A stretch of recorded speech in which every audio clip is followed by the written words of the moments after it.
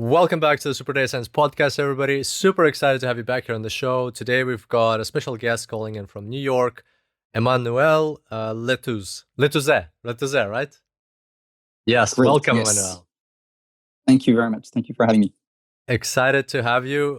Lots to talk about. And I was very cool. It was very cool what we were talking about just now about personal and professional.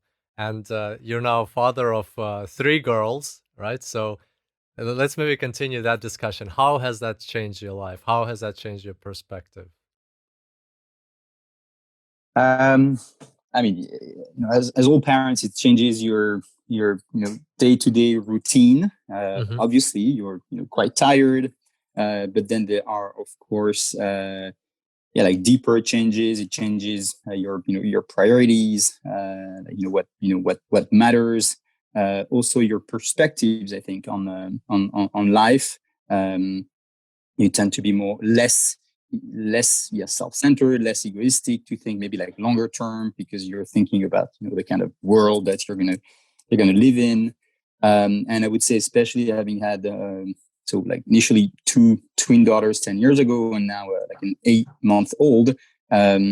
So girls, I think it's also made me more aware of gender inequalities and the kind of challenges that they might face, Uh-huh.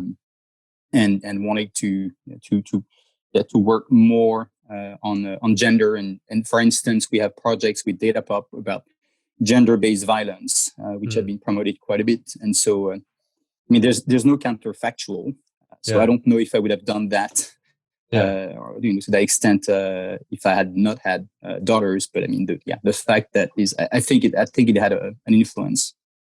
It's very interesting how that ties in with your, I think, general kind of sentiment in life that you're a very aware person. And for example, I noticed that in one of your presentations, I think you flew from Europe to the US, and one of the first slides was like, well, I spent 2 tons of carbon emissions getting here. Let's see what we can actually do of value. That's a really cool way of seeing things. Yeah, I think maybe, as I think there's a thread in my life, which is that I don't see the like a very strong or very much of a distinction between the personal and the professional. Mhm. And so when people say you have to act like professionally, I don't really know what that means. Um, Mhm. and so I prefer when people say you have to behave like ethically in all Mhm. Mhm. aspects of your life. And so so when I'm traveling to a conference, or was before Mhm. before the pandemic, it's you have to take into account all the consequences of your Mhm. actions. And to be frank, I had many instances where I thought, is it really worth it? Like, am Mhm. I I'm burning 2 tons Mhm. of CO2, and Mhm. so is it worth it? Mhm. Yeah. It's interesting how sometimes we do take actions we think are for good, but actually tend to create more harm, and the other way around. It reminds me of a story when in Iceland there was a volcanic eruption.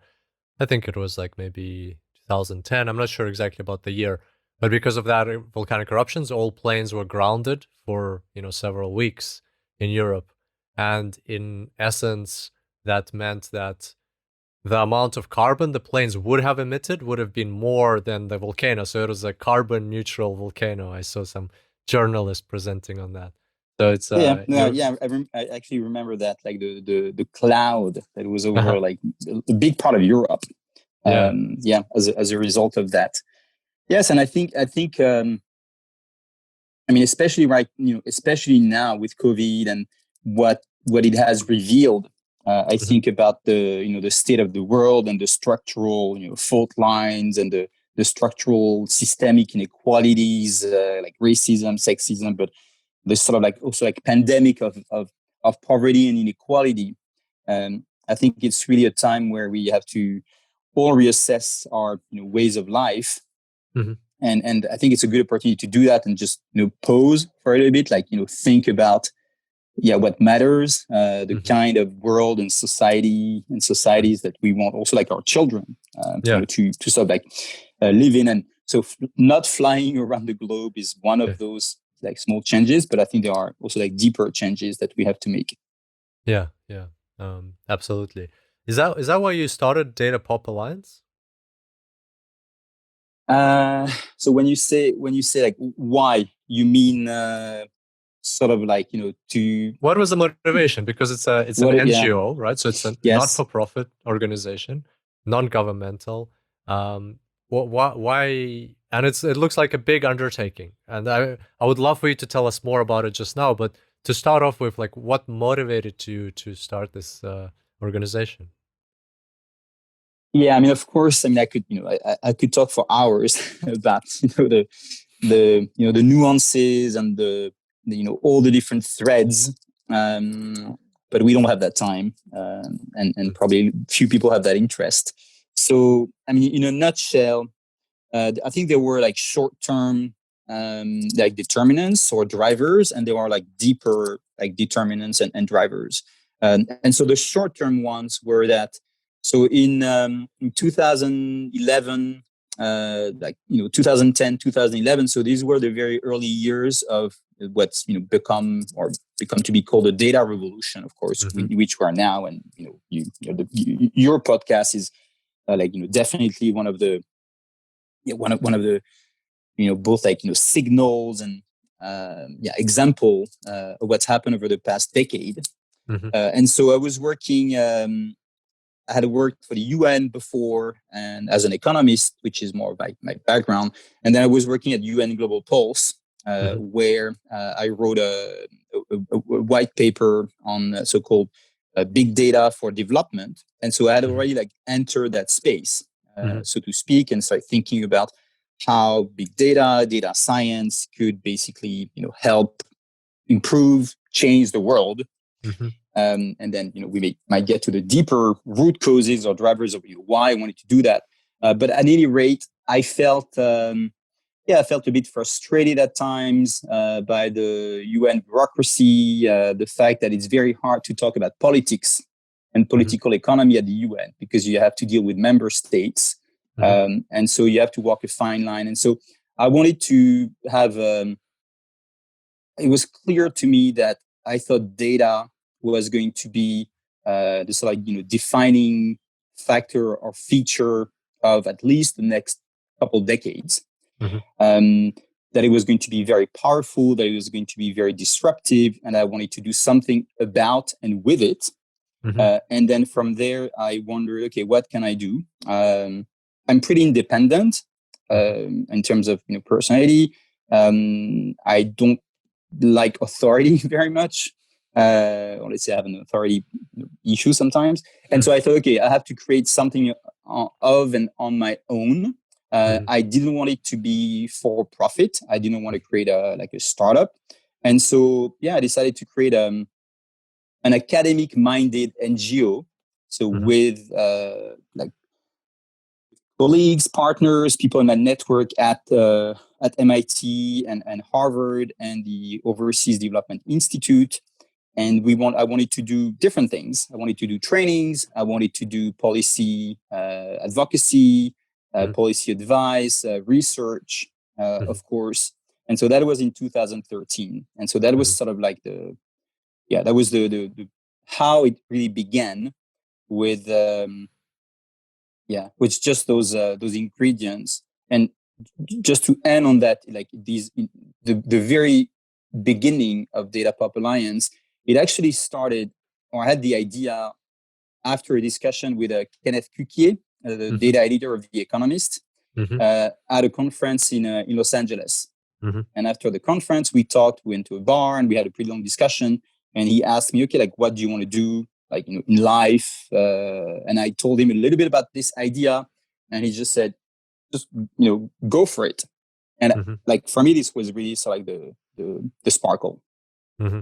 Awesome. That's really cool. And a bold move as well, like moving from your field of economics to data, which you clearly saw potential in, but quite different. And you managed to get backing by quite a few large universities like Harvard and MIT. Tell us that story. How did you get them on board?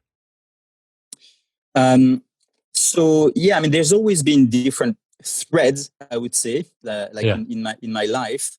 Yeah, I tend to think and act a lot with along lines or threads and thinking in terms, so like systems terms and network Yeah. terms, and um, so I mean, first, it wasn't that much of a change because my background is in, as you mentioned, is in development economics and demography in particular. So I have a master's in economics, or, well, so another master's in development economics and a Hmm. PhD in demography. So those are like quite quantitative fields to start with. So I was always interested in statistics, in data, and numbers.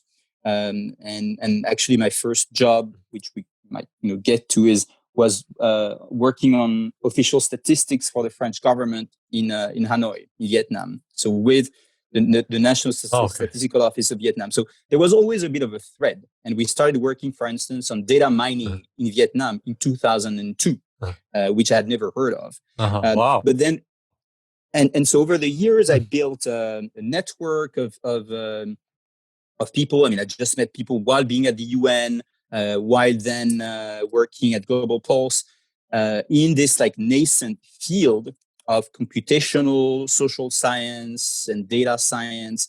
And so, for example, I met, or in particular, I met with Professor Alex Pentland at MIT, who's one of the, let's say, godfathers of the space of the field of computational social science.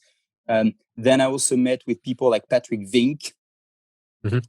at the Harvard Humanitarian Initiative. I had also been working with people at ODI in the UK on development economics. So when I decided to create Data Pop Alliance, I thought, okay, I need partners. I need people who can also help me, vouch for me. And so, I mean, just one quick last example. Actually, one day I wrote an email to Sandy Pentland at MIT, and I said, "This is what I would like to do." I had met him maybe two or three times, Hmm. but he's super busy and gets lots of requests, etc. So I just told him pretty cold email, "Can I come up, or actually down? No, sorry, up from New York to Boston to Cambridge to talk about this idea?" And he said, "Sure." And so we met for 5-10 minutes Hmm. on the sixth floor of the MIT Media Lab, and I explained what I wanted to do. And I said, "Do you want to be involved, help?" And he said, "Sure." And I said, "What does it mean?" "Well, just tell me, what you need, etc." And so then he became the academic director. Uh, Uh-huh. and so I don't know, maybe it was a bit of a bet for him because maybe he thought, I have nothing to lose, and this guy seems pretty reasonable, and but so that's how it started. Yeah. That's awesome. Taking some bit of risks and also reaching out to contacts. That's a good advice. Are you subscribed to the Data Science Insider? Personally, I love the Data Science Insider. It is something that we created, so I'm biased, but I do get a lot of value out of it. Data Science Insider, if you don't know, is a free, absolutely free newsletter which we send out into your inbox every Friday. Very easy to subscribe to. Go to superdatascience.com/DSI. And what do we put together there? Well, our team goes through the most important updates of the past week or maybe several weeks and finds the news related to data science and artificial intelligence. You can get swamped with all the news, even if you filter it down to just AI and data science. And that's why our team does this work for you. Our team goes through all this news and finds the top 5, simply 5 articles that you will find interesting for your personal and professional growth. They are then summarized, put into one email, and at a click of a button, you can access them, look through the summaries. You don't even have to go and read the whole article. You can just read the summary and be up to speed with what's going on in the world. And if you're interested in what exactly is happening in detail, then you can click the link and read the original article itself. I do that almost every week myself. I go through the articles and sometimes I find something interesting, I dig into it. So if you'd like to get the updates of the week in your inbox, subscribe to the Data Science Insider absolutely free at superdatascience.com/DSI. That's superdatascience.com/DSI. And now let's get back to this amazing episode. Can you give us some examples of projects or initiatives in the Data Pop Alliance so we get a better feel for what exactly it is that you do? Sure. So the overall tagline is changing the world with data, and so I think that gives that gives us a pretty good sense of the vision and the mission. So it's pretty ambitious. It's a quite political undertaking and endeavor. Some might say, it's a bit vague, changing the world with data, but I don't know, I still like it, and I think it conveys it's a bit, inspirational. And so concretely, so we are structured around like three main work pillars, so which we call diagnose, mobilize, and transform. So diagnose is research, so empirical research. So for example, we have as I mentioned previously, a pretty strong focus on, which of course is not exclusive, but there is focus on gender-based violence in Latin America in particular. So we've actually published some initial papers on the correlates of gender-based violence in Mexico City, and now we're working to expand that in Bogota and Sao Paulo. And so this is funded by the German Cooperation Agency, so GIZ. And to do that, we use mobility data, we use official statistics, we use call data to shelters that we've had access to. And so we try to combine different types of data sources, so so-called big data, mobility data, but also official statistics and other kinds of, let's say, like administrative records. So we've done also research on poverty. We've done research papers on inequality. So and all of those projects tend to be very focused on the global South and actually anchored in the global South. So we have teams in about 10 countries now, or staff in about 10 countries. So it's usually very grounded.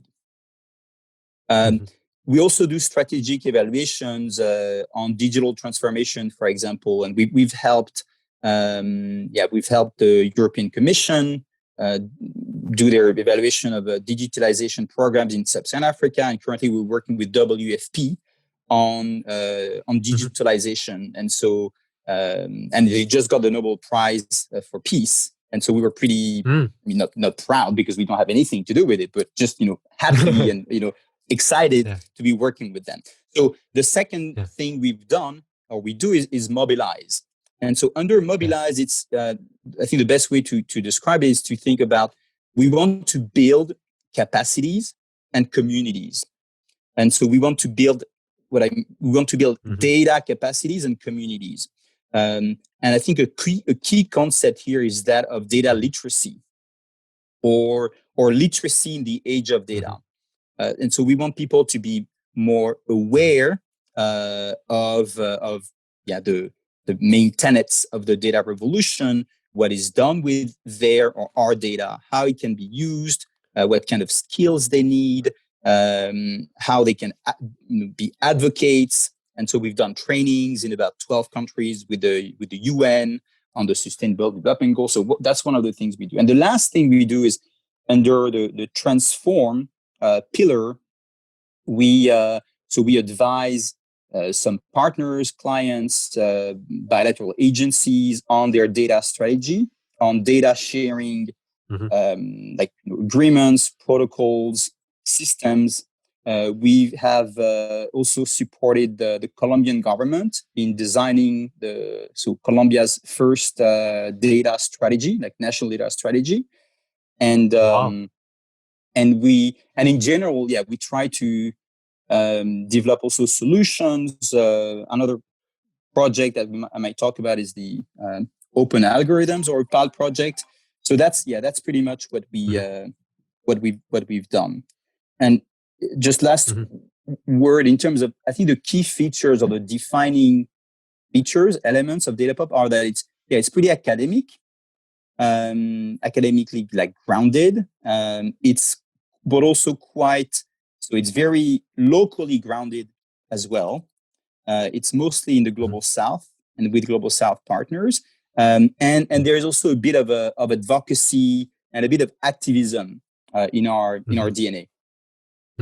Okay, wow. And what do you mean by global south? Yeah, so maybe it's a bit of a contentious or term. I mean, so you typically what people mean is countries that are non OECD countries. Oh, okay.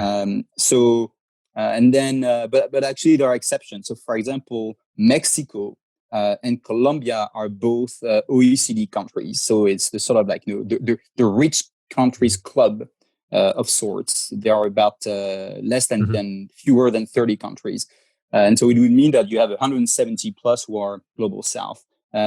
But so there isn't a very strict like definition, and some people have used like third world countries, but I think it's a terrible. I think it's a terrible like concept or phrase that a lot of people in like my field of like development and try to stay away from. But so it's Latin America and the Caribbean, it's Sub-Saharan Africa, it's the Middle East and North Africa region, and it's like most parts of Asia. Gotcha. Non-OECD, so Organization for Economic Cooperation and Development, right? That's the OECD countries. Gotcha. All right. Very, very interesting. And yeah, like it looks like is it the case that you chose to help these countries because data can have a larger impact, or is it because you saw like the need there that people need better I don't know, like better solutions to the global problems that they're facing in those regions? What was the main driver behind that choice? I mean, So there were personal drivers, and there are also more rational, like practical, like drivers. I mean, I would start with the more like like practical, concrete drivers. So yes, clearly, I do think that there are larger capacity gaps and overall like a larger or very large potential in these regions for using more better data to change to design better public policies, but also more fundamentally to improve power dynamics, power structures. These tend to be countries where you have a lot of power grab by political and economic elites, in part, that comes from colonization in some parts of the world, that come from like natural resources like oil or diamond or gold. So these also tend to be highly unequal countries if you look at the Gini coefficients, for example. And so I just thought that that data could have a big impact there by improving, let's say, human systems. So that's clearly one reason. Another reason is that it's also where you have the bulk of the world's population, and so if you want to have an impact, I mean, we're talking probably 7 billion out of 8 billion, and also where you have the highest rates of demographic growth. Africa's population, for example, so they are still in their demographic transition. So it's growing very fast. So there were also that consideration. And then they face specific challenges that I'm personally very interested in. So poverty, high levels of inequality, the impact of environmental degradation, conflict and crime in different regions, migration.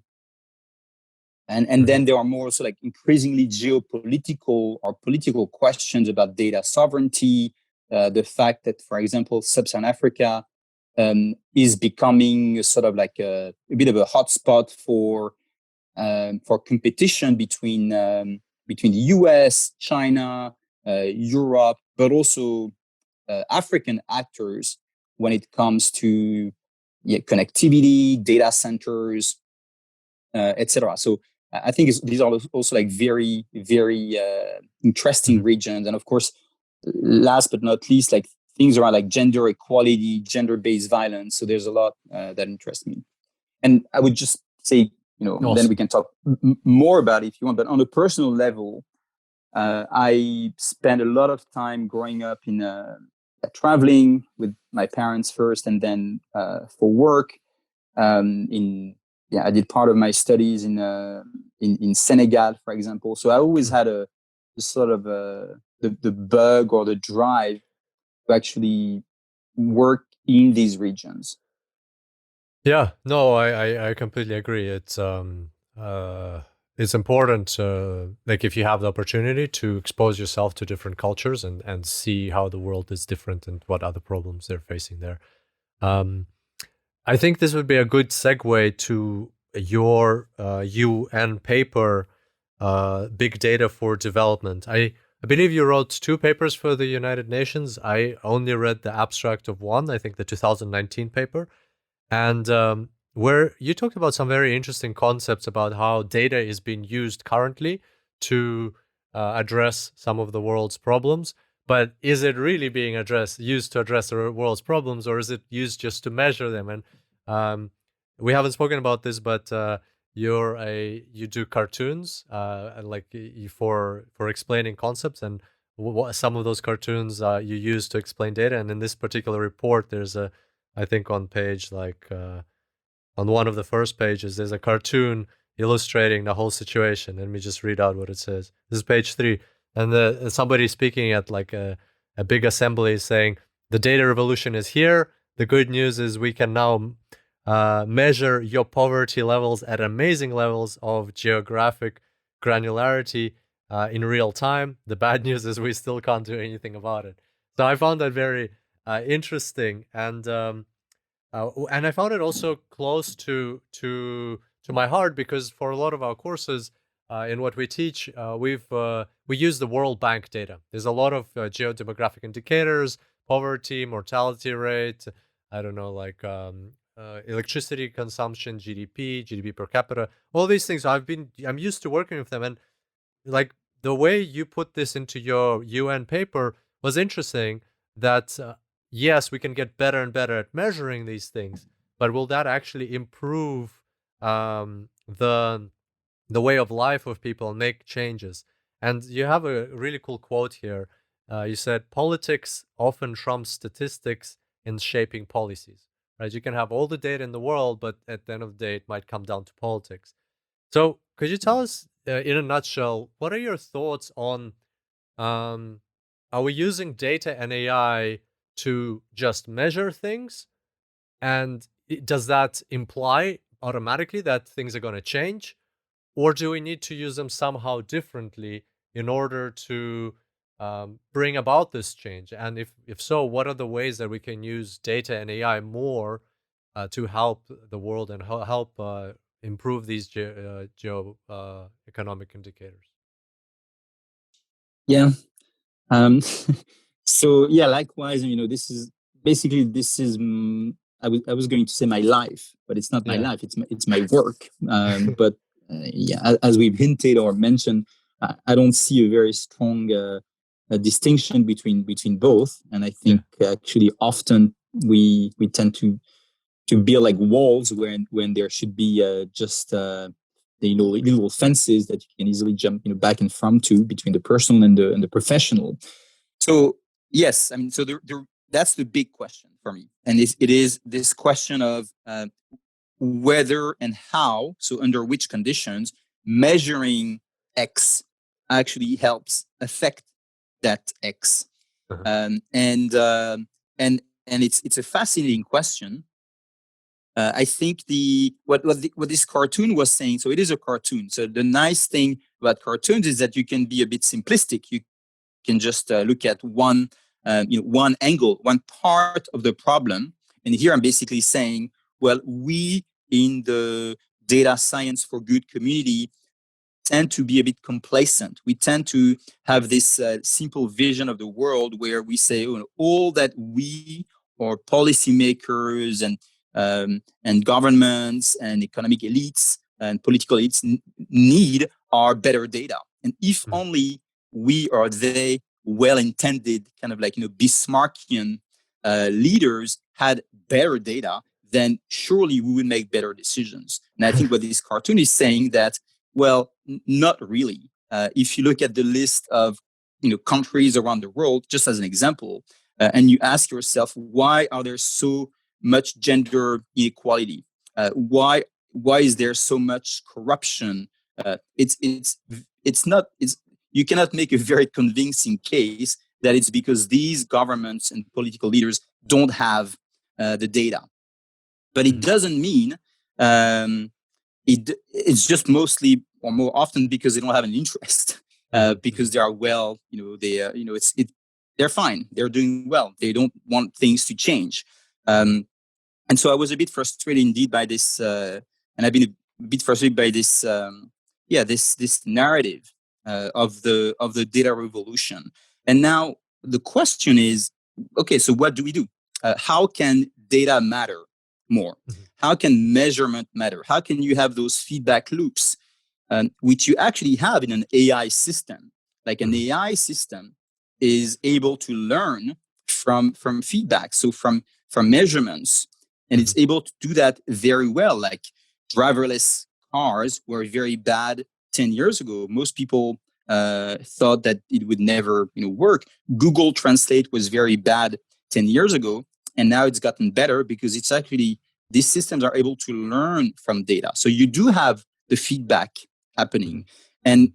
the big question for me is, how as societies can we actually learn and adapt and change our behaviors and policies, but also individual behaviors and collective behaviors on the basis of data?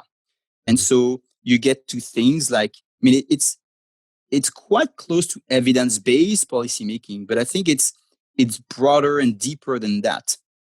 Mhm. Um, and the key for me is to change incentives, to change, to educate like people, but all of us, in Mhm. having a sort of a data culture, Mhm. in being interested in the impacts of our actions as the data tell us that Mhm. they impact the world.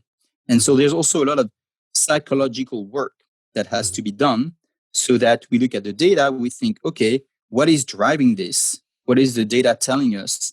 And how can I adjust accordingly? But Mhm. and ultimately, we can talk more about it. I think it's very, very political. It's about power Mhm. structure. It's about power dynamics.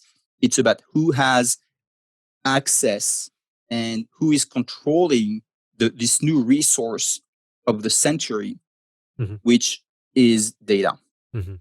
Absolutely. And you also in the same paper you talk about how with the power of big data we can replace the way we measure a lot of these geo-economic indicators. For instance, you have these three tiers, and like you talk about like first one. Um, for instance, first tier would be something like I imagine like I don't know population or um, poverty and things like that that are very well defined and are usually already measured, but they're measured through surveys and other things like that. Whereas they can now be measured through certain um, like behaviors online or certain sensors in the real world and things like that. There's also two more tiers, and Tier 2 is indicators that are conceptually clear, but and have an international established methodology and standards available, but data is not regularly produced by countries. And tier 3 is no internationally established methodology or standards are yet available for this indicator. So like AI will actually, and big data will allow us to collect information. For instance, I don't think there's an economic indicator. I think you put this in the paper as well, that an economic indicator that talks about interconnectedness of society in a certain region. But at the same time, with the power of data, we would be able to measure that, how interconnected a society is in region A versus in region B, and then how is that impacting other indicators, and how can we improve that? So it's very interesting how data can help modify how we measure these things, probably increase the frequency, accuracy of measuring these things, and also increase the scope of the different indicators that tell us about how healthy a certain population is. Yeah. Yes, and yeah, that's also like quite fascinating. So what you're referring to are the so-called the Sustainable Development Goals indicators. So those are those 17 goals that 193 governments, or we tend to call them countries, but they are governments, so agreed to in 2015. And so and this is in the framework of what's called the 2030 Sustainable Development Agenda. And so in the 17 goals, you have things like gender equality, poverty, like urban development, etc. So a whole like peace, security, so a whole range of global goals. And there are sub-indicators. And those sub-indicators are indeed grouped into those three categories of the ones that we know how to measure well, the ones that we sort of know how to, so they're called like SDG tier 1, SDG tier 2, SDG tier 3. And indeed, as you mentioned, I think there is I think big data, AI approaches are relevant to all three kinds of indicators. So for example, we could measure poverty, which is an SDG 1 indicator. We know how to measure poverty. We've done it for many decades, but it could improve the frequency, etc. And so it's still relevant for SDG 1. For SDG 3, indeed, I think this is where you have the most like experimentation, innovation, and I think scope for impact of big data and AI.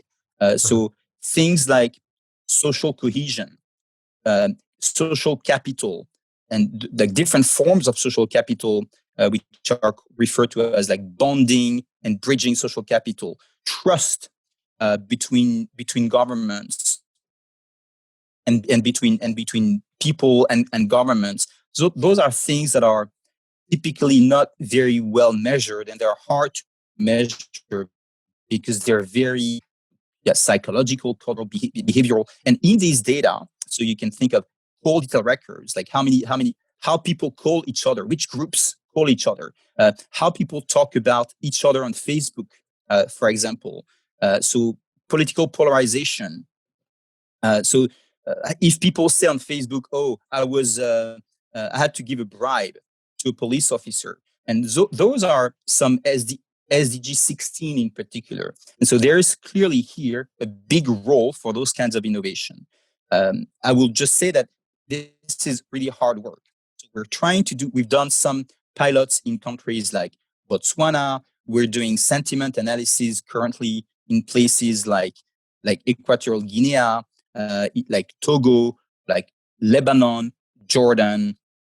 But this is we're still in the infancy, I think, of those approaches. But it's a gradual process, and I think we'll get there at some point. So it's going to help measure. But that only gets to one piece of the puzzle, which is using data to better measure human processes. And so it sort of gets us back to the initial discussion. Okay, if you have all these great measures, how is it going to change anything? And here, and then I'll stop there here for now.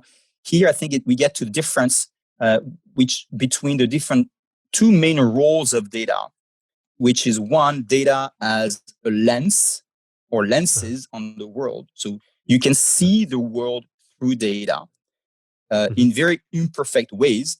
So you can think of the plateau, like cave analogy, that data is a reflection of the world, and sometimes it's a poor reflection, but it's sort of like almost the best that we get. So we see the world through data, data as a lens or as lenses, and then there is data as a lever, for change. Like, how can we latch on, use data and these indicators to actually have an impact, to actually change policies, to change regulations, to change our behaviors.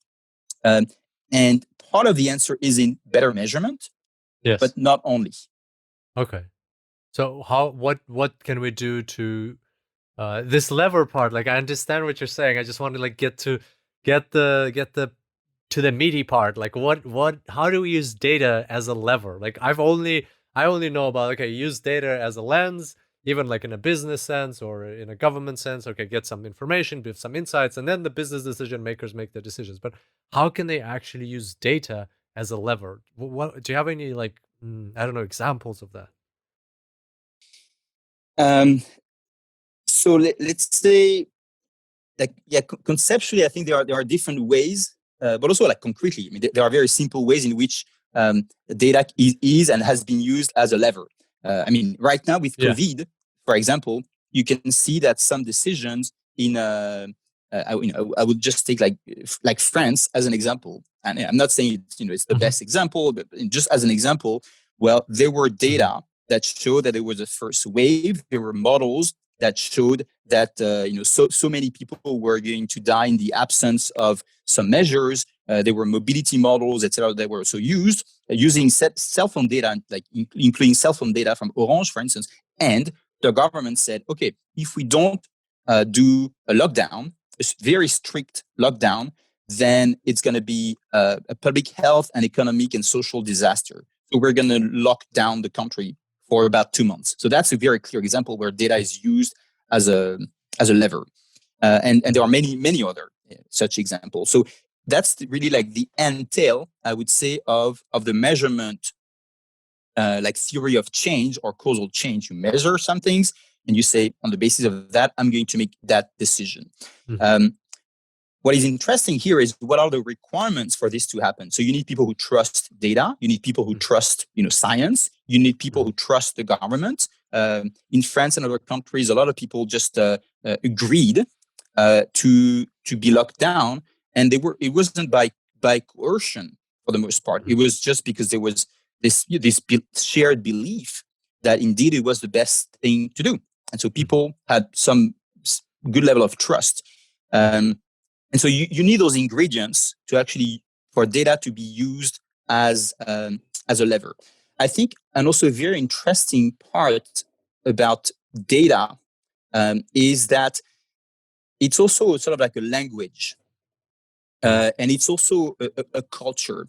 For instance, like Andreas Weigand, who used to work at Amazon and who's a pretty famous data scientist, referred to big data as a mindset. The mindset to turn mess into meaning. And I think that when we talk about data culture or data literacy, it's clearly like one of those ingredients. But I think it also points to the fact that you can actually bring people together to talk about certain issues using data as a sort of almost as an excuse. So you can do capacity building workshops, you can do community engagement workshops, and people, where you bring the private sector, you bring the official statistics office, you bring NGOs, you bring startups, you bring civil society organizations, and people actually talk. And you have this exchange of idea, you create trust, you create like a shared understanding. And I think it matters. I think then it actually helps create or trigger partnerships, collaborations, and this is where I think data is also important, but it's not the measurement channel. Like it changes behaviors, dynamics. It creates like trust. I use the word trust a lot, but it creates trust between these ecosystems. which tend to be quite fragmented. I'll just give like one example, like one quick example, also like from France. So there was a commission about climate change that was put together, where some people were like citizens were almost like randomly selected to come up with 150 plus measures about climate change. And what was very interesting is that at the beginning, people were very polarized, as are our societies. But when they started talking on the basis of facts, when they started exchanging ideas, perspectives, then you can get to like, this is where a consensus like it comes to emerge. And I think really see a big role for data and facts to actually create those kinds of consensus, of compromises in very polarized societies. Wow, very, very interesting. I wanted to ask you, have you seen The Social Dilemma on Netflix? No, I mean, I've seen it in the sense that I've seen it in my next Netflix like thread or recommendation, but no, I haven't I seen it yet. haven't either, but I'm it's on my list, and I've heard a lot of things. And in light of that movie coming out and raising this awareness of this issue, I also wanted to ask you how this is actually was I saw in one of your, I think, course that you were presenting. How can personal data be tapped into in ethical and safe ways? Right? We talk about using data to model these economic indicators to come up with consensus and or come up with consensus on policies on how to use data and things like that.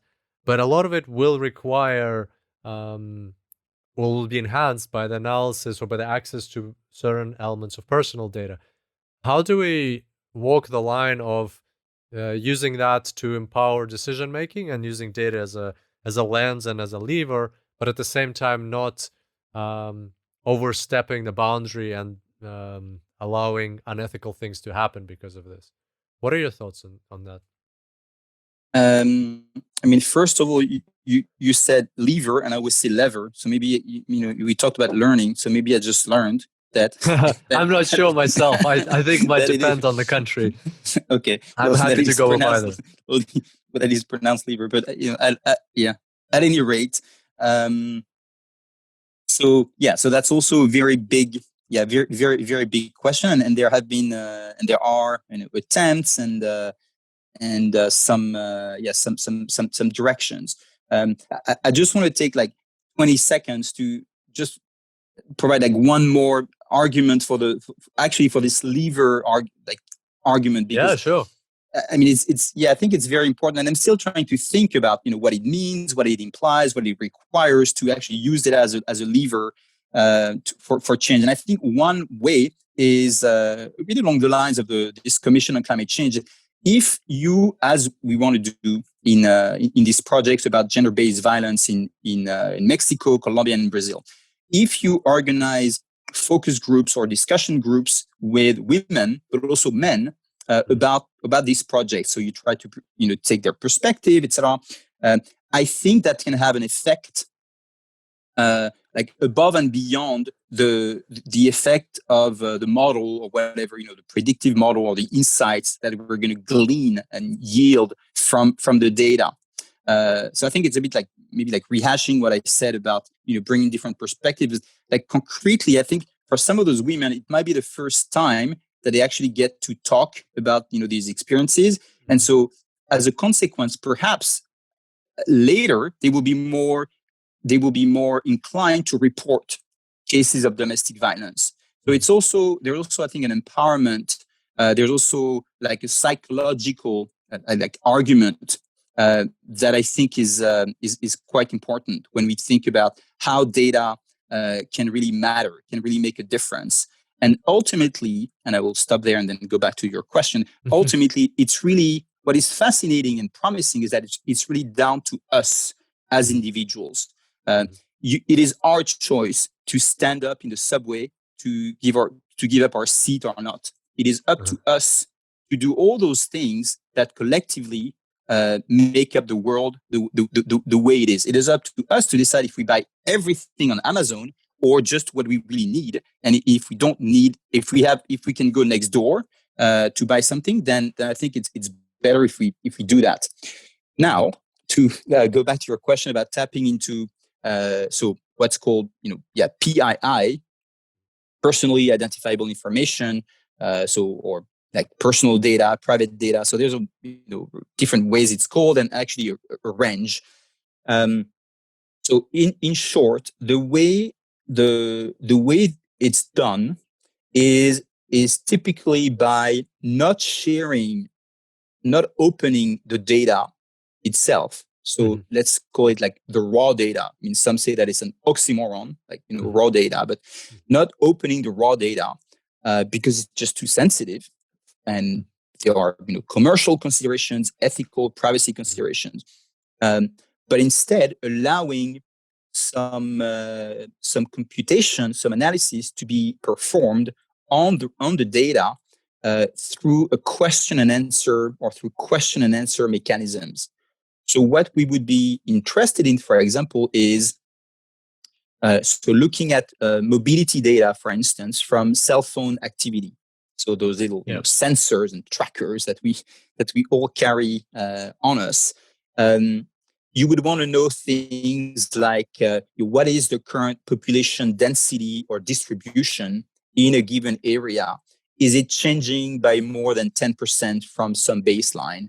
Do you see massive movement of population? Do you see, for example, in the case of COVID recently, there was a study that showed that rich areas in the US, in urban regions, were able to reduce their mobility by more than 50% 3 days before poor areas. Okay, and so that's here. It's data as a lens. It shows something about human ecosystems. We see something happening, and then it can also be data as a lever, because then you can say, well, why is that? Well, it is because poor areas or poor people usually don't have a choice. They have to go to work. A lot of them are essential workers, etc. And so then you can take actions on the basis of that. But to do that, you don't need to have access to the raw data.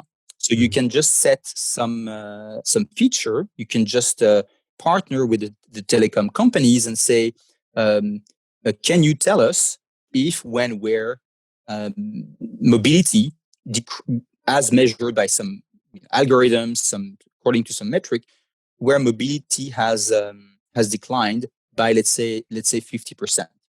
And we can talk about the technology or so these data are pseudonymized, so meaning that your phone number is changed. I mean, is replaced by a string of numbers and letters.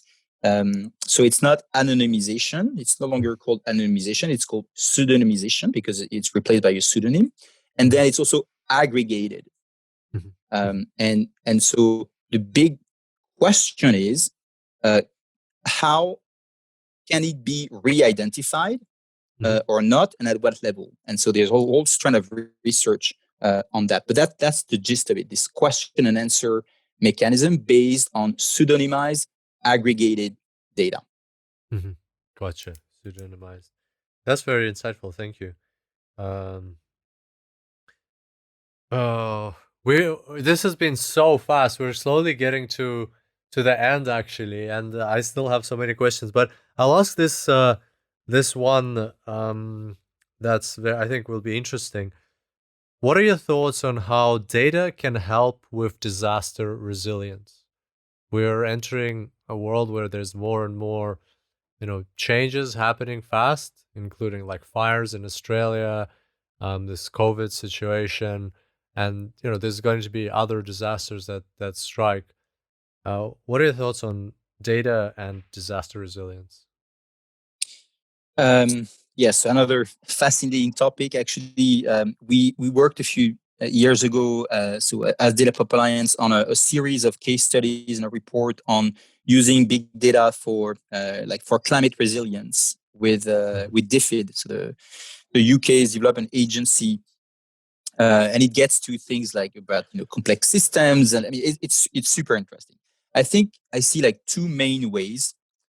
One is more short term, and in a sense you could call this like more humanitarian response or emergency response, where you can try and predict the spread of a fire or the spread of an epidemic, or get sort of like digital smoke signals for conflict, or for crime, for hunger, and then you react, as fast as possible. And it's been used in the case of earthquakes, in the case of tsunamis. There you have a lot of technical and scientific challenges about representativity, about sample bias, that you really need to be aware of. Just a super quick example. If you have an earthquake, and if you rely on cell phone activity to know where people are to send trucks, then it's actually likely that if you send it to where you have more signals, like from SIM cards, then you're going to send it to the wrong regions, because it's actually where people were the least affected. In the regions that were the most affected, like towers are down, they're under rubbles, they are unconscious. And so this is where like statistics, basic statistics, and knowledge expertise like come in.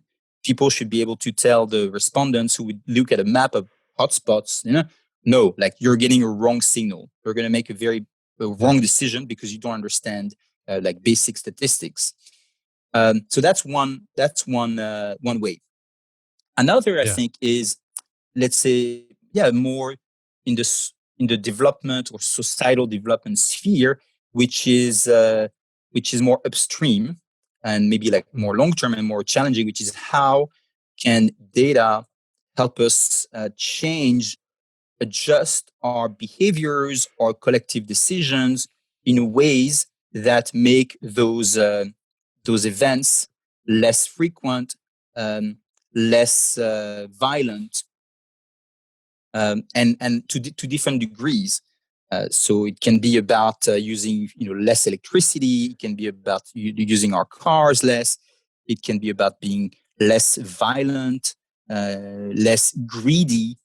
I think a lot of what we see around the world comes down to this very simple, like human feeling of or desire of greed. Like people tend to, or seem to be wanting to have more money, more power, more social and other forms of capital.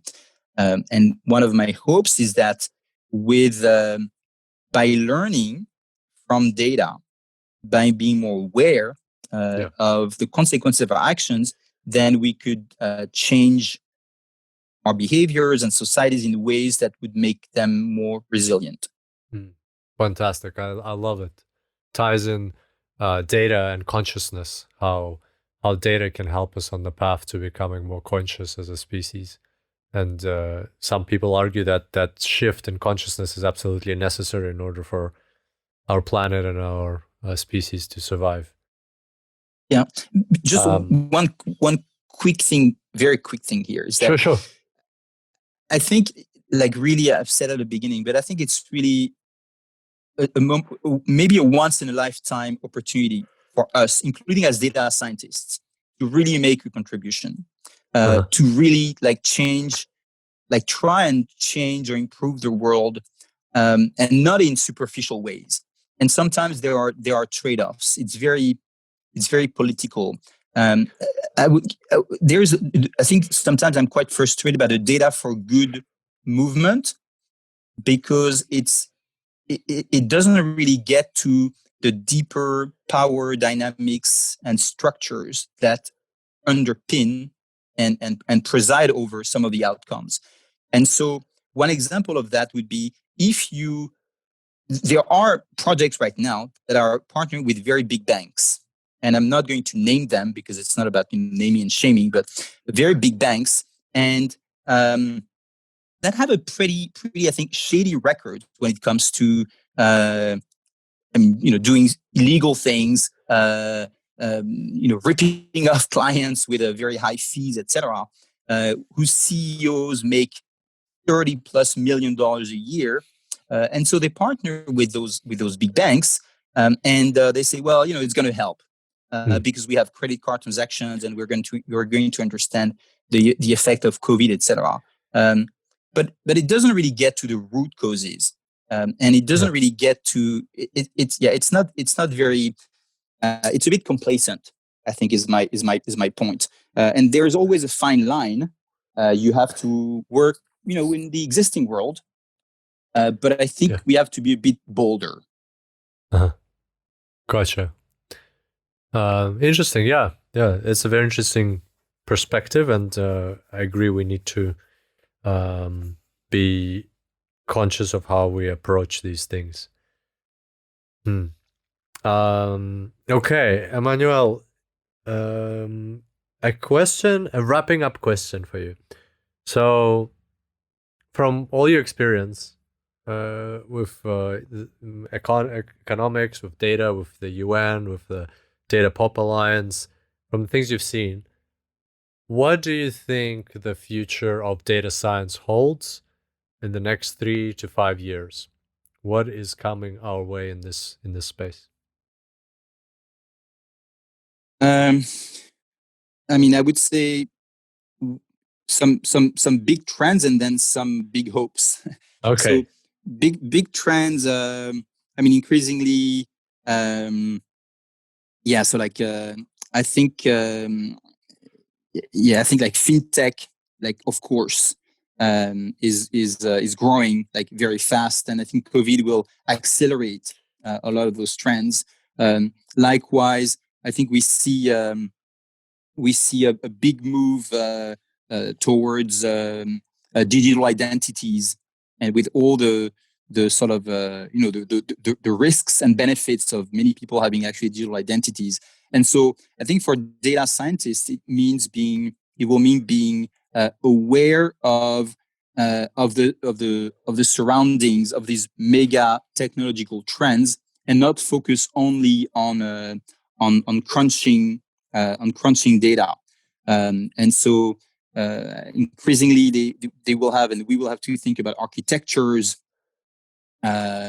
distributed architectures to store, analyze data, and connections between different industries, especially around around personal data and digital IDs and digital transfers. Mm-hmm. In terms of hopes, my hope is that more and more young people get in the field of data science, but I would say with a purpose. And I hope that, for instance, if a very smart young woman or student or man wants to get into data science, that maybe it would be controversial to say that, but maybe they won't choose to work for the Amazon data science team as much, as cool as it is, as much money as they will make. There is, of course, it's very enticing to be asking if you want to join the Amazon data science team, just as an example. And I hope that we need people with good brains, good hearts, good minds. There is this quote that says, science without conscience is the soul's perdition. And so I think data source science. Perdition? What does that mean? The soul's perdition. Oh, souls. And what is perdition? I'm not familiar with that word. Yeah. The loss of the soul. Oh, okay. Gotcha. Thank you. And so science. I think you could apply, of course, the same, or just add data in front of it, that data science, without conscience, is the soul's perdition, or the loss of the soul. Yeah. And so my hope is that there will be more of a drive towards projects, jobs, activities leveraging the very, very massive, impressive power of data science for higher purposes than maximizing the revenue of any given corporation. Mm-hmm. Mm-hmm. Lovely. I love that, data science with a purpose. Emmanuel, that's a lovely note to wrap up on, and a good parting thought for me to think about, for our listeners to think about as well. I want to thank you for coming on the show. It's been a huge pleasure and a great discussion. And at the same time, Thank you very much. before we go, I'd like to ask you, what's the places our listeners can get in touch, contact you, or maybe take part in some of the great work that you're doing, or at least follow the progress? Well, in two ways. So one is just the typical online like media that we have. So the website is Datapop Alliance, datapopalliance.org in one word. And then, of course, like Facebook, Twitter, etc. On also on LinkedIn. So I'm under my name, Emmanuel Letouzé. And then, of course, people can also send me an email if they want. And so I'm happy to give my email, which is my first initial and then last name. So Eletouze, as in zebra echo, Eletouze, Letouzé, at datapopalliance.org. And I'll be happy to get any questions, comments, suggestions, and I'll make sure to answer. Awesome. Thank you very much. And final question, what's a book you would like to recommend? I mean, the book I've been that I just actually bought recently is I think we got disconnected, so I started again. So a book that I bought recently is called The Technology Trap. And then the subtitle is quite enticing. It's Capital, Labor, and Power in the Age of Automation. And so by Carl Benedict Frey from Oxford. And so, that's what I've been starting. So I'm currently reading this. And other than that, the book that I think was the most formative and important for me was The Great Transformation by Karl Polanyi, which was written in the 1940s. And it's a classic in political economy, development economics, The Great Transformation. And I think, of course, it resonates today because I think we are also in the midst of a great transformation because of technology, COVID, and many other mega trends. Awesome. Fantastic. So Technology Trap by Carl Benedict Frey and The Great Transformation by Carl Polanyi. Polanyi. P-O-L-A-N-Y-E. Yeah. Awesome. And both are called what Carl, but yeah. It's just, what about why did you pick up Technology Trap? What are you hoping to get out of this? What are you aiming to get out of this book? So I really like history. I studied a bit history, and what really like interested me in this book, reading the reviews and some of the executive summary, is that it looks at the Industrial Revolution also, and it tries to glean lessons from the Industrial Revolution about the role of technology and the very disruptive effect of technology. In a nutshell, a lot of people lost their livelihoods, their jobs during the Industrial Revolution. But it wasn't for 5 or 10 years. Like, we think that this process of adjustment is quick, and some people lose their jobs, but then we're all better off. But it took generations, and so it was very, very disruptive. And so today, with automation, with the rise of AI, etc., people are and concerns for privacy, there is a big pushback against technology, and we can't just brush it off saying, "Oh, we'll adjust. We've gone through that." I think if we push too hard and if we don't do this the right way, I think there could be very big backlashes. Democracy, I think, is on the line. We see political upheavals all around. And so I think it's a bit of what I'm expecting to get is some pointers about some lessons of the past to help me think about and navigate these current and looming trade-offs, and try to find the right pathways. Mm-hmm. Wow, that's really very, very cool. I like the conscious approach to picking a book. That's a great example of that. Awesome. Well, there you go. Technology Trap, if anybody's interested. On that note, Emmanuel, thanks so much for joining us today. It was a huge pleasure having you on the show. Thank you very much. Yeah, likewise. And so, good luck. And all of us be well and safe. And I would say be kind. So there you have it, everybody. I hope you enjoyed this conversation with Emmanuel as much as I did and got lots of valuable insights and takeaways. There was so many interesting topics that Emmanuel could comment on from his experience, from the work that he's done, whether with the United Nations or through Data Pop Alliance or through other projects he's been involved with. It's exciting to see people pioneering or taking charge in spaces of global world problems and using data to address them. My personal favorite part was about measuring versus impacting. That was a really cool way of describing how data science can be used, whether it can be used just as a lens to view the world, but really what's the big purpose of viewing the world through the lens of data. You're not going to do anything about it. Nothing's going to change. So that second part, using data as a lever for change, is an important thing to always keep in mind.